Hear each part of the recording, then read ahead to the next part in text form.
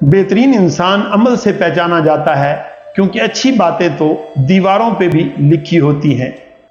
जिसके पास उम्मीद है उसके पास तवक्कल है, और जिसके पास तवक्कल है उसके पास रब है। दूसरों को हर वक्त तोलते रहने वाले खुद बड़े हल्के होते हैं। हजरत शम्स तबरेज रहमतुल्लाह अलैह आपने फरमाया था कि लोगों को खुदा से राब्ते के तरीके पर मत परखो, हर किसी की इबादत का अपना तरीका है।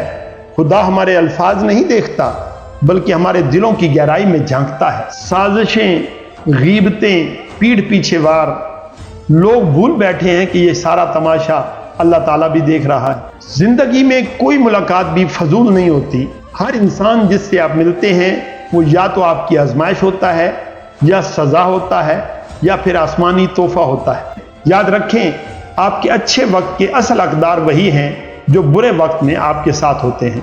वो रिश्ता कभी नहीं टूट सकता जिसमें निभाने की चाहत दोनों तरफ से हो।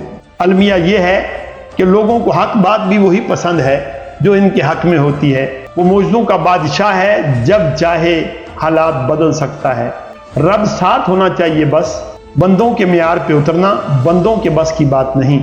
कुछ लोग हमेशा लोग ही रहते हैं, बेइंतहा तवज्जो, प्यार, एतमाद, इज्जत व एहतराम और खलूस देने के बावजूद अपने नहीं होते। वो लोग दूरियों के ही काबिल हैं जिन्होंने आपकी नज़दीकियों की कदर नहीं की। जिंदगी का सबसे जोरदार थप्पड़ भरोसा मारता है। सूरतें कितनी ही हंसी क्यों ना हो, नसीबों की मोहताज हुआ करती हैं।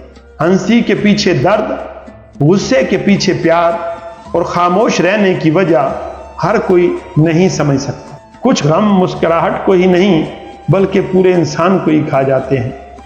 इज्जत एक महंगा तोहफा है, इसकी उम्मीद सस्ते लोगों से ना रखें। हासद के लिए बस यही सजा काफी है कि जब तुम खुश होते हो तो वो गमगीन होता है। कभी कभी जिंदा होने के बावजूद हमारे अंदर जिंदगी खत्म हो जाती है।